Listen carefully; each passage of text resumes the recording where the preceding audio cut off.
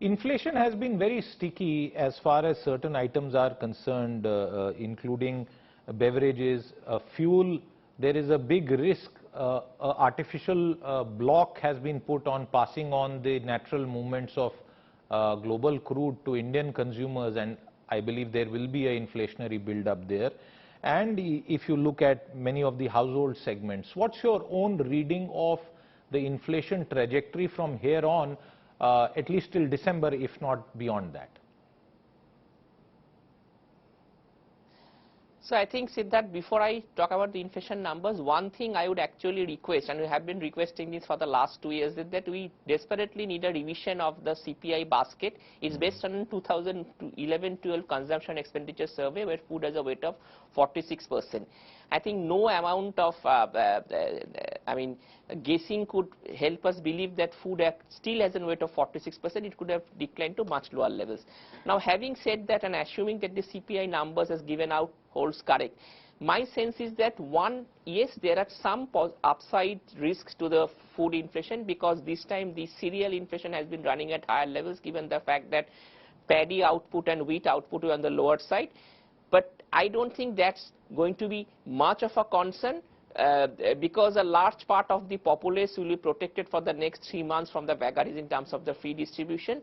And secondly, I think last time when we had this inflation running in double digits food prices after the crisis, 2009-8 crisis, I think protein inflation also was significantly higher. This time what we are saying is that there is food inflation, but it's sans protein inflation. So if I take these factors into account, I think food inflation, this month's inflation number could be around 7.10 to 7.2%, and next month onwards, the numbers will actually trend downwards, and most possibly we'll get to an inflation number which is lower than 6% in March. So therefore, the RBI will have some sort of respite after September, but as I said to you, given the vagaries of the global uncertainty, I am not sure whether that could still lead to a situation of a pause in the rate hikes. But I don't think that there is too much upside risk on the food inflation, but there are some risk on the horizon. Okay, let's move on to the rupee.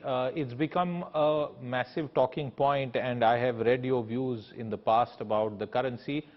This time, the global movement in the respective currencies, including the pound, where commentators in the United Kingdom are now saying that what is going on with that country, first Brexit, then Boris, and now what is happening to the currency management and unfunded tax cut. What's your sense as far as the rupee is concerned? Is it something that we should be worried about, or do you think it will find a level very soon? No, I think to your first point, I think yes, what is happening in UK, Bank of England, I think it's Bank of England is actually doing an open market purchase, which means it's injecting liquidity and the government is putting money in the hands of the people. So that's a classic recipe of a fiscal and monetary disaster, and that's why that is pounding pushing the pound down, actually hammering the pound, and also there are now talks about that Brexit could actually be downgraded in terms, the UK could be downgraded in terms of the credit ratings. Now, having said that, I think in terms of India, let me put some things in perspective that yes, the rupee has been volatile in the last couple of days. But if I actually look from the beginning of the Ukraine war at the starting point and today, when the rupee is close to 82, I think the rupee has depreciated by around 8.2%. And if you look into the dollar index, that has appreciated by 18%. Now, if we just go back and see what happened after the global financial crisis, at that point of time, the dollar index has appreciated by around 6%, and the rupee actually lost 50% of its value.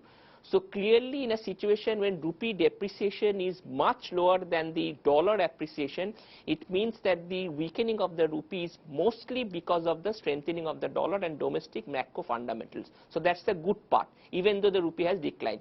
Now, if I fast forward it and look into episodes of the rupee disturbances over the last 10 years or even the 20 years, I find that whenever the rupee has depreciated, there has been also a strong case of rupee recovery after the market has actually recovered. This was the case in after the global financial crisis when the rupee went to 69, if you remember, in 2013 August, then it reverted back to below 60. So my sense is that the RBI has defended the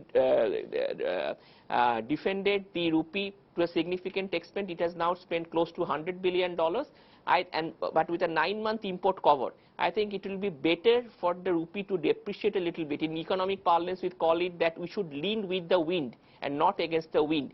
Let the rupee find a little bit of value, and I think after things improve, things will improve in the next 2 months at the Fed pace of rate hikes taper off and Indian inflation numbers come lower than expectations.